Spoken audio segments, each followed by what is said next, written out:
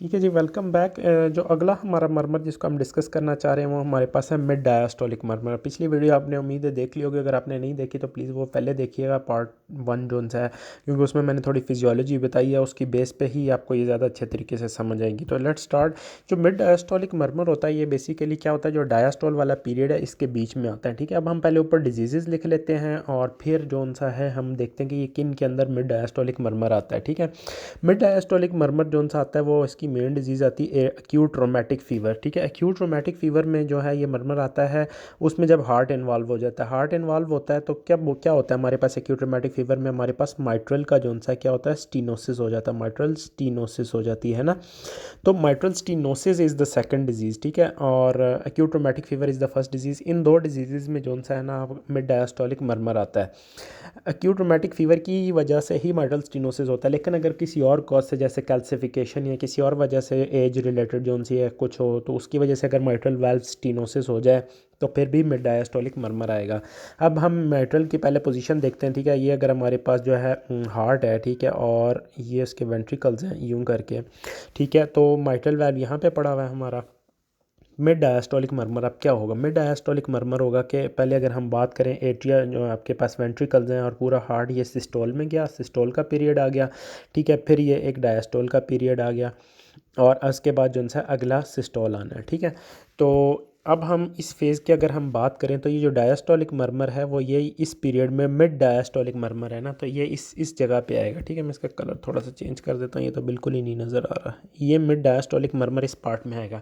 Diastole के period में अब होता क्या है, जैसे मैंने पिछली वीडियो में भी बताया था कि जब डायस्टोल स्टार्ट होती है ना तो उस वक्त आपके पास दो फेज़ आते हैं, एक रैपिड इनफ्लो का फेज़ आता है, ठीक है, और दूसरा आता है डायस्टेसिस का फेज़ आता है। ठीक है, डायस्टेसिस का फेज़ होता क्या है कि जैसे ही हार्ट रिलैक्स करता है डायस्टोल पीरियड में जाता है, जो माइट्रल वाल्व है ना ये होता है ओपन। माइट्रल वाल्व क्या होता है, ये यहाँ से ऐसे ओपन हो जाता है, ये तो मेरा पूरा सेप्टम ही उड़ गया।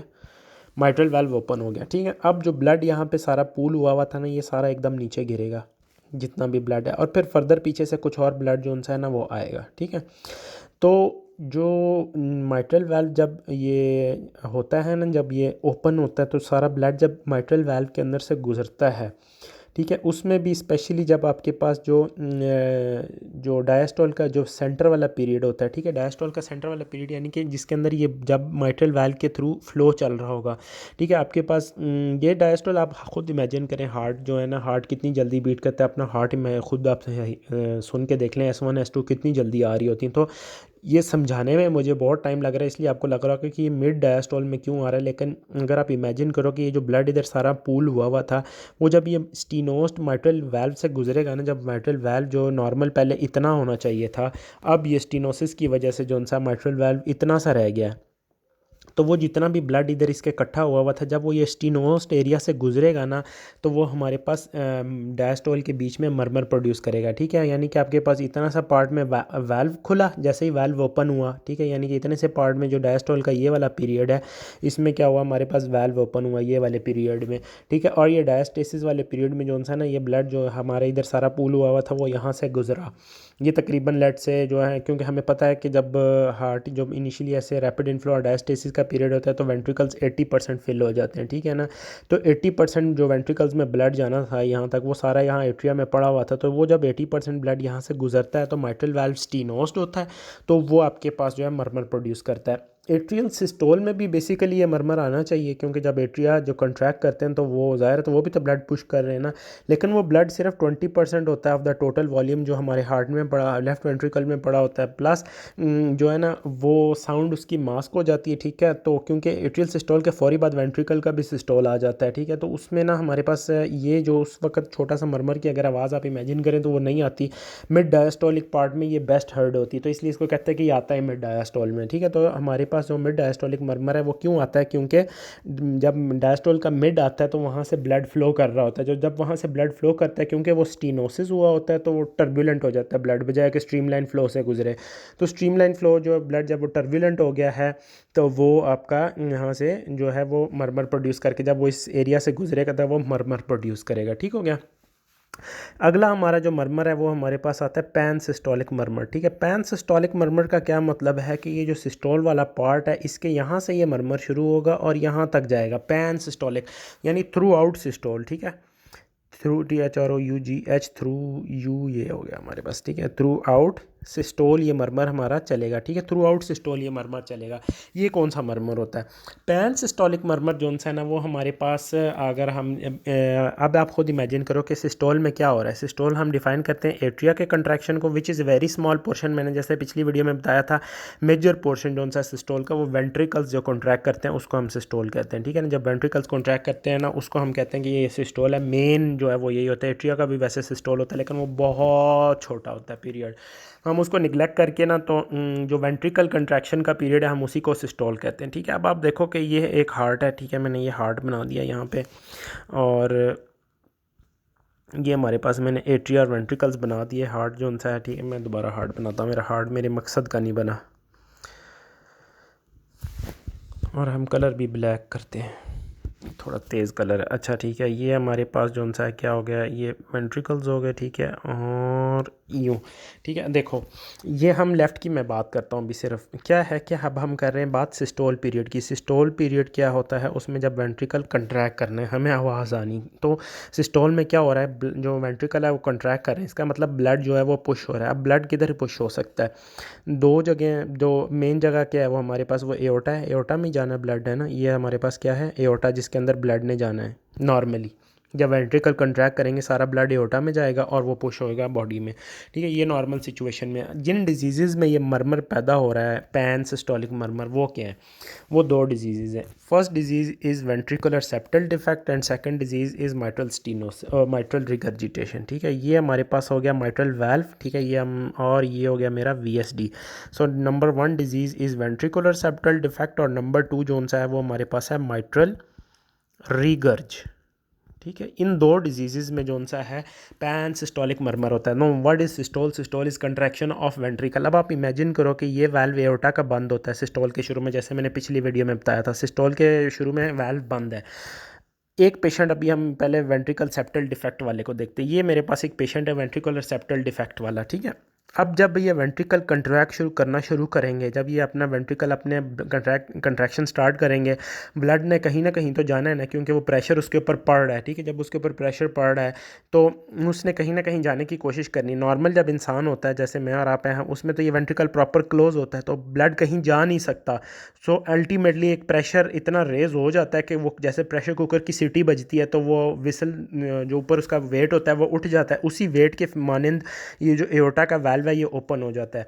लेकिन ये बंदा जो सा ये डिजीज़्ड है, इसका ये वेंट्रिकल में सेप्टल डिफेक्ट है, सुराख है इसके वेंट्रिकल में।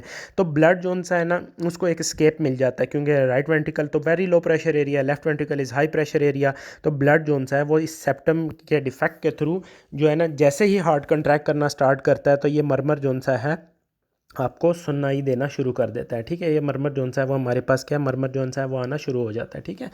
तो ये जो मरमर है ना, वेंट्रिकुलर सेप्टल डिफेक्ट का मरमर जो सा होता है वो आपके पास पैन सिस्टोलिक होता है। वेंट्रिकल्स ने कंट्रैक्ट करना शुरू किया, ब्लड को एक स्केप मिल गया अच्छे वाला, जिसमें वो राइट वेंट्रिकल में जाना शुरू हो गया। तो जैसे ही सिस्टोल स्टार्ट होगा इसकी आवाज़ आनी शुरू हो जाएगी और सिस्टोल के थ्रू आउट आते रहेगी, क्योंकि जितनी देर तक ये वेंट्रिकल कंट्रैक्ट करता रहेगा ब्लड जो सा है इस सेप्टम डिफेक्ट के थ्रू यहाँ से जाना शुरू कर देगा राइट वेंट्रिकल में। और फिर अल्टीमेटली जब एओर्टा का खुल जाएगा तो ब्लड थोड़ा सा उधर चला जाएगा और जैसे सिस्टोल एंड होगा तो ये मरमर भी ख़त्म हो जाएगा। VSD में ये होता है। दूसरा पेशेंट है मेरा जिसका हमारा इशू है वो है माइट्रल रिगर्जिटेशन वाला। माइट्रल रिगर्जिटेशन वाले का क्या मसला है, इसका ये जो माइट्रल वाल्व है ये ख़राब है। माइट्रल वाल्व इसका क्या है, ख़राब है, ठीक है। तो ये देखो, अगर हम यहाँ mitral valve, incompetent mitral valve बना दें, अब क्या होता है, इसका जो ये वाला पोर्शन है, जो VSD वाला पोर्शन है, ये तो बिल्कुल नॉर्मल है, इसको कोई मसला नहीं है, ठीक है, क्योंकि इसका वेंट्रिकल सेप्टम बिल्कुल ठीक है। लेकिन इसका जो ये वाल्व है ना ये ख़राब हो गया, इनकॉम्पिटेंट हो गया, ये रीगर्ज करवा रहा है, इनकॉम्पिटेंट है, यानी कि ये प्रॉपर तरीके से बंद नहीं होता। तो सिमिलरली उसी फैशन में जैसे हमने VSD में बात की थी, जब आपका ये वेंट्रिकल कंट्रैक्ट करना शुरू करेगा, जब ये फोर्सफुल कंट्रैक्शन में, यानी कि जैसे ही कंट्रैक्शन स्टार्ट करेगा, जो ब्लड है उसको एक स्केप मिल जाएगा। Atria is low pressure area, ventricle is very high pressure area, specially left ventricle is very very high pressure area. तो ब्लड जो इसके अंदर है, क्योंकि एओर्टा का तो वाल्व बंद है अभी इस वक्त, ठीक है, वो तो जाके खुलेगा जब आपका इजेक्शन पीरियड शुरू होगा, तो ब्लड जो सा वापस एट्रिया में ऊपर जाना शुरू हो जाता है। जब ब्लड वापस एट्रिया में जाता है ना तो आपके पास शोर करता है, ठीक है, उसको माइट्रल रिगर्ज में हमारे पास अगेन पैन सिस्टोलिक मरमर आता है, ठीक है। पैन सिस्टोलिक क्या मतलब, जैसे ही कंट्रैक्शन स्टार्ट हुई, जैसे ही कंट्रैक्शन स्टार्ट होएगी, ठीक है, तो ये जो मरमर है ये आपका स्टार्ट हो जाएगा, क्योंकि जैसे ही ये वेंट्रिकल्स ने यूं मूव करना शुरू किया कंट्रैक्शन के लिए, तो ब्लड जो सा है वो सारा वापस ऊपर एट्रिया में जाना शुरू हो जाएगा इनकॉम्पिटेंट वाल्व के थ्रू, और जो है ना उसके थ्रू हमारे पास ये आवाज़ पैदा करेगा। ठीक हो गया, ये हो गया हमारे पास पैन सिस्टोलिक मरमर, मिड डायस्टोलिक मरमर। अगला जो सा है हमारे पास वो है इजेक्शन सिस्टोलिक मरमर। ठीक है, इजेक्शन सिस्टोलिक मरमर क्या होता है अब हमारे पास? इजेक्शन सिस्टोलिक मरमर जो सा है ना, ये मैं लेफ़्ट के हिसाब से बात करता हूँ, राइट में भी यही होता है। ठीक है, लेफ़्ट हार्ट की बात करूँगा, राइट में भी यही होता है। ठीक है, ये हमारा हार्ट आ गया, ये हमारे पास हार्ट आ गया। ठीक है, तो इजेक्शन सिस्टोलिक मरमर सिर्फ एक ही डिजीज़ में आता है, जिसका नाम है हमारे पास क्या है, आपकी एओर्टिक स्टीनोसिस। एओर्टिक स्टीनोसिस ये आ गया हमारे पास लेफ्ट साइड ऑफ हार्ट के लिए, और पल्मोनरी स्टीनोसिस जो सा पल्मोनरी स्टीनोसिस राइट हार्ट के लिए आ गया। ठीक है, हम किसी भी एक की बात कर लेते हैं, हम लेफ़्ट की बात कर लेते हैं, राइट में भी एग्जैक्ट वैसा ही फिनोमिनन होता है। ठीक है, ये हमारा क्या है, आपकी एओर्टा है। ठीक है, अब ये देखो एओर्टा का जो वाल्व है ना, ये स्टीनोस्ट है, बिल्कुल छोटा सा रह गया। ठीक है, छोटा सा मतलब बिल्कुल स्टीनोसिस हो गई वहाँ पे। तो ये आपके पास इजेक्शन सिस्टोलिक मरमर देगा। क्यों ejection systolic, what is ejection systolic? अभी हमने जब बात की थी, जब मैंने आपको कार्डियक साइकिल पिछली वीडियो में बताया था, हमने क्या कहा था कि इसका प्रेशर वेंट्रिकल का ज़ीरो से चढ़ना स्टार्ट होता है। मैंने एग्जांपल दी थी कि ज़ीरो से स्टार्ट होता है और ऊपर राइज होता है, फिर एक पॉइंट आता है जिस पे वाल्व ओपन हो जाता है एओर्टा का। एओर्टा का वाल्व ओपन होता है और इसमें से ब्लड जाना शुरू होता है। ठीक है, जब सारा ब्लड चला जाता है तो आपका प्रेशर जो है वो वापस फॉल होना शुरू होता है। इस पॉइंट पे जब आपका पहुंचता है थ्रेशोल्ड, वाल्व का रीच हो जाता है और वाल्व इस पॉइंट पे आके वापस बंद हो जाता है। सो इस पीरियड में ये वाला पीरियड है ना, ये वाला पीरियड जितना हमारे पास है पूरे कार्डियक साइकिल का, इसको कहते हैं इजेक्शन फेज़। ठीक है, इसको क्या कहते हैं, इजेक्शन फेज़, क्योंकि इसमें ब्लड हार्ट से इजेक्ट होकर एओर्टा में जा रहा है। ठीक है, हार्ट से इजेक्ट होकर एओर्टा में जा रहा है, इसको कहते हैं हम इजेक्शन फेज़ होती है। ठीक है, इस फेज़ के अंदर जो मरमर आएगा ना, उसको हम कहेंगे इजेक्शन मरमर। सिंपल है ना, तो इजेक्शन सिस्टोलिक मरमर हो गया। ठीक है, क्या होता है अब ये, जब वेंट्रिकल्स कंट्रैक्ट करना शुरू करते हैं, सिस्टोल स्टार्ट हो गया हमारे पास, ये वेंट्रिकल कंट्रैक्ट कर रहे हैं। ठीक है, प्रेशर अंदर का जो है ना राइज होना स्टार्ट हो गया, ये वाल्व ओपन हो गया। ठीक है, ये पॉइंट, हम इस पॉइंट पे पहुंच गए थ्रेशोल्ड वाले पॉइंट पे, एओर्टा का ये वाल्व ओपन हो गया। ठीक है, एओर्टा का जब ये वाल्व ओपन हुआ, अब मसला ये है, ये नॉर्मल वाल्व नहीं है, ये नॉर्मल वाल्व नहीं है हमारे बंदे का। ठीक है, ये स्टीनोस्ट वाल्व है। अगर नॉर्मल वाल्व का कैलिबर या डायमीटर इतना है, तो स्टीनोस्ट वाल्व जो है ना वो अंदर सारा ऐसे स्टीनोस्ट हुआ हुआ है, बिल्कुल छोटा सा रह गया। ठीक है, ये देखो बिल्कुल छोटा सा, इतनी सी ओपनिंग जो सी है ना उसके पास रहेगी, जिसके थ्रू ये जो ब्लड है इसके अंदर से पास हो सकता है। तो जिस पॉइंट पे इसके अंदर से ब्लड गुजरेगा, इस सिर्फ तब ही आवाज़ आएगी, और इसके अंदर हमने अभी इस्टेब्लिश किया कि ब्लड इसके अंदर से तब गुजरेगा जब इजेक्शन का फेज़ होगा। ठीक है ना, तो इजेक्शन सिस्टोलिक मरमर जो है वो इजेक्शन के फेज़ में होगा, कि जब हमारे पास ब्लड ये वाल्व जितनी देर ओपन रहेगा और जितनी देर ब्लड जो है ना इस स्टीनोस्ट वाल्व से गुजर के एओर्टा में दाखिल हो रहा होगा, उतनी देर तक हमारे पास आवाज़ आएगी। जैसे ही ये वाल्व वापस बंद होगा, ब्लड फ्लो स्टॉप होगा, ये मरमर भी आना बंद हो जाएगा। तो इजेक्शन सिस्टोलिक मरमर जो सा है इजेक्शन फेज़ के लिए ही होता है सिर्फ, और जो है ये क्या होता है हमारे पास स्टीनोसिस में होता है। पल्मोनरी स्टीनोसिस में भी एग्जैक्ट सेम मैकेनिज़्म है, उसके प्रेशर थोड़े से फ़र्क है, लेकिन पल्मोनरी स्टीनोसिस में भी एग्जैक्ट यही मैकेनिज़्म है, उसका भी इजेक्शन सिस्टोलिक मरमर ही होता है। ठीक है, इसको अगर हम बुक में कहीं पे भी नहीं लिखा हुआ, लेकिन मैं आपको एक सिर्फ कंसेप्ट देने के लिए कह रहा हूँ कि अगर हमारा ये सारा पीरियड सिस्टोल का था, तो मैं इसको तकरीबन कह सकता हूँ ना कि कुछ हद तक ये हमारे पास मिड सिस्टोलिक मरमर भी है। ठीक है ना, मिड सिस्टोलिक एक स्टैब्लिश करने के लिए कॉज, क्योंकि देखो ना सिर्फ मिड इस वाले पोर्शन में आ रहा है ना, जब जितनी देर में ब्लड जो है वेंट्रिकल से निकल रहा था, तो वो आपके पास मिड सिस्टोलिक पॉइंट था जहाँ पे पीक प्रेशर्स थे, जहाँ पे ब्लड फ्लो करना स्टार्ट कर रहा था। तो ये बुक में वैसे मेंशन नहीं है, लेकिन आपने कहना भी नहीं किसी को, मैं आपको एक सिर्फ एग्जाम्पल समझाने के लिए दे रहा था। ठीक है, सो इजेक्शन सिस्टोलिक मरमर ये हो गया। और फाइनली हमारे पास आता है कंटिन्यूस मशीनरी मरमर। ठीक है, कॉन्टीन्यूस मशीनरी मरमर। ठीक है, कंटिन्यूस मशीनरी मरमर जो सा होता है वो हमारे पास किस में आता है, पेटेंट डक्टस आर्टीरियोसिस में आता है। ठीक है, अच्छा, जब इसकी पेटेंट डक्टस आर्टीरियोसिस को समझने के लिए, ये मेरे पास है नॉर्मल पल्मोनरी ट्रंक। ठीक है, ये क्या है, मेरी नॉर्मल पल्मोनरी ट्रंक है, और ये मेरे पास राइट वेंट्रिकल से निकलता हुआ एओर्टा है। ठीक है, ये मेरे पास है एओर्टा। ना व्हाट इज़ डक्टस आर्टीरियोसिस, इसको याद रखने के लिए मैंने ऐसे रखा हुआ है, ये डायग्राम मैं अपने जहन में लाता हूँ, और ये बचपन में जो सा मैं हम कहते हैं कि ये बेसिकली लंग्स उस वक्त क्योंकि फंक्शनल नहीं होते, तो क्या होता है कि जो डक्टस आर्टीरियोसिस है उसके थ्रू जो राइट साइड का ब्लड है ना वो पुश हो जाता है वापस एओर्टा में, ठीक है ना, क्योंकि लंग्स तो चल नहीं रहे तो ब्लड किधर जाएगा, तो ब्लड जितना राइट वेंट्रिकल तो उसका बन गया ना बच्चे का, और वो पंप भी कर रहा है। ये तो नहीं हो सकता कि हम जो अल्लाह ताला इस तरह करते हैं कि लेफ्ट वेंट्रिकल को फंक्शनल कर देते हैं, राइट वाला जो है इंट्रा यूट्राइन रेस्ट कर रहा है, जैसे बच्चे ने सांस ली चलो जी उसका राइट वेंट्रिकल भी स्टार्ट करवा दो, ऐसा हो सकता है उसका स्टार्ट ही ना हो या कुछ भी। तो क्या होता है कि जो पेट ये एक डक्टस आर्टीरियोसिस होती है जिसके थ्रू राइट वेंट्रिकल से ब्लड निकलता है, और क्योंकि आगे से ये रास्ते बंद होते हैं क्योंकि लंग्स तो उसके हैं कोई नहीं बच्चे के इंट्रा यूट्राइन, तो ब्लड वापस एओर्टा में घुस जाता है, ठीक है। तो ये पेटेंट डक्टस आर्टीरियोसिस ये अगर खुला रह जाए बच्चा पैदा होने के बाद तो इसको कहते हैं पेटेंट डक्टस आर्टीरियोसिस, ठीक है। ये बिल्कुल हमारा बेसिक नॉलेज है। तो इसके अंदर कंटिन्यूस मशीनरी मरमर क्यों होता है? आपकी किसी भी आर्टरी में क्या हर वक्त ब्लड होता है? बिल्कुल होता है, ठीक है। आपकी किसी भी आर्टरी में हर वक्त ब्लड होता है।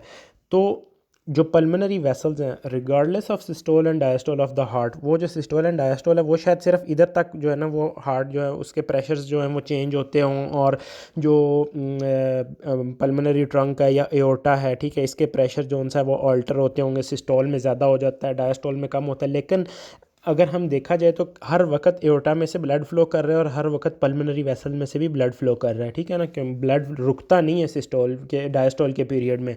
आपके जो है अगर आप सर्जरी वार्ड में आपने रोटेशन में देखो अगर किसी की आर्टरी कट हुई हो तो उसकी जो आर्टरी की जो स्पर्ट होती है वो आपके पास कंटिन्यूस होती है, लेकिन जिस वक्त सिस्टोल होती है वो ज़्यादा ब्लड निकलता है और जिस वक्त डायस्टोल होती है कम ब्लड निकल रहा होता है, लेकिन उसका ब्लड हमेशा बह रहा होता है।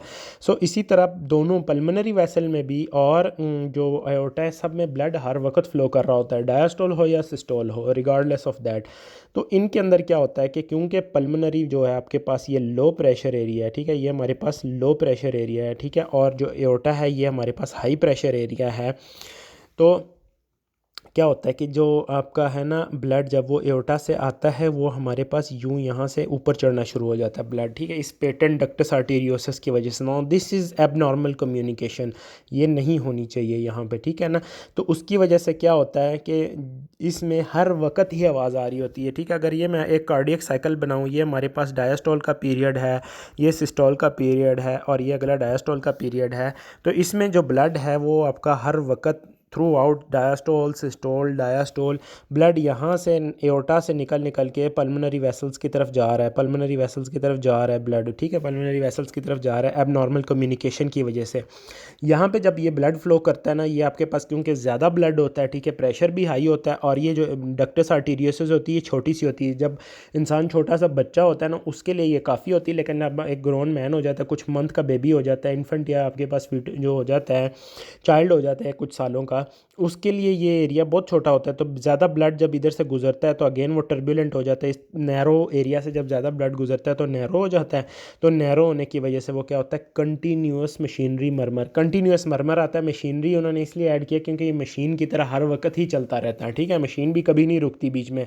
हाँ, इंसान होता है जो सारा दिन काम करता है रात को सोता है जिसमें वो रुक जाता है और फिर अगले दिन स्टार्ट हो जाता है, लेकिन जो मशीन है वो हर वक्त चलती रहती है। सो कंटिन्यूस मशीनरी मरमर जो सा है वो आपके पास पेटेंट डक्टस आर्टीरियोसिस में होगा।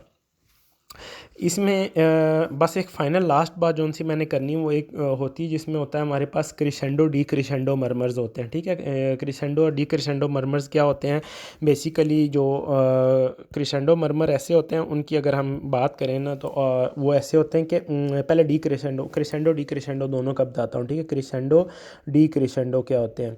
ये ऐसे मरमर होते हैं जिनकी अगर ये हम कोई भी एक फ़ेज़ ले लें कार्डियक साइकिल का सिस्टोल या डायस्टोल, इनकी आवाज़ जो है ना कम से शुरू होती है मैक्सिमम पे पहुंचती है और फिर उसके बाद वापस कम होना शुरू हो जाती है, ठीक है। ये हमारे पास है क्रिसेंडो डी क्रिसेंडो, ये वाला फेज़ जो सा ये क्रिसेंडो फेज़ है और ये हमारे पास डी क्रिसेंडो फेज़ है। देखो ये पीक किससे मिलती जुलती लग रही है?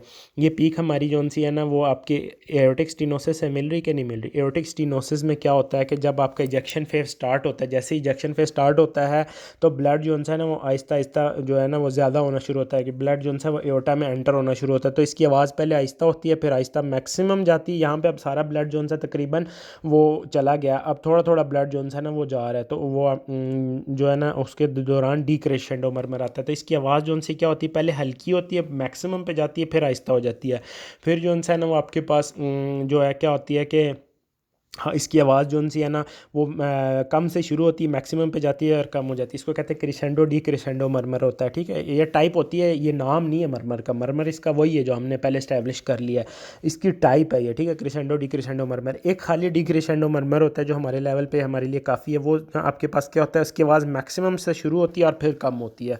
उसके बाद फुल पीक पे शुरू होती है और फिर कम होती है, ठीक है। और ये वाला मरमर जो सा है इसको कहते हैं डी क्रिसेंडो, और ये हमारे पास होता है एओर्टिक रिगर्जिटेशन पे। अगर आप एओर्टिक रिगर्जिटेशन का वो लगाओ हिसाब, तो वो जो ब्लड है एओर्टा में, ये देखो ये हमारे पास एओर्टा पड़ी हुई, यहाँ से जो ब्लड है एकदम सारा गिरेगा ना और फिर आहिस्ता आहिस्ता कम हो जाएगा। It's just like a tap. आपने टैप जब खोला है तो लेट से एक टैप ओपन था, ठीक है ना, तो अब जब उससे जो पानी गिर रहा है वो फुल प्रेशर से गिर रहा है तो फुल आवाज़ पैदा कर रहा है। फिर आपने उस टैप को क्लोज़ करना शुरू कर दिया, ठीक है। तो जब वो टैप जो सा टैप क्लोज़ होना शुरू हो जाएगा तो वहाँ से जो पानी उस टैप में से निकल रहा है वो आहिस्ता आहिस्ता कम होना शुरू हो जाएगा, ठीक है। तो इसी तरह इसकी आवाज़ भी आहिस्ता आहिस्ता कम होना शुरू हो जाती है। इसका जो बेसिकल मैकेनिज़्म आवाज़ कम क्यों होती है, क्योंकि जो पहले इनिशियली जैसे ही सिस्टोल होता है ना वो सारा ब्लड यहाँ पे पुल हो जाता है। 100 ml ब्लड जो है ना वो यहाँ पे इकट्ठा हुआ पड़ा होता है इस इतने से सेक्शन में, एओर्टा के असेंडिंग ब्रांच में कह लो।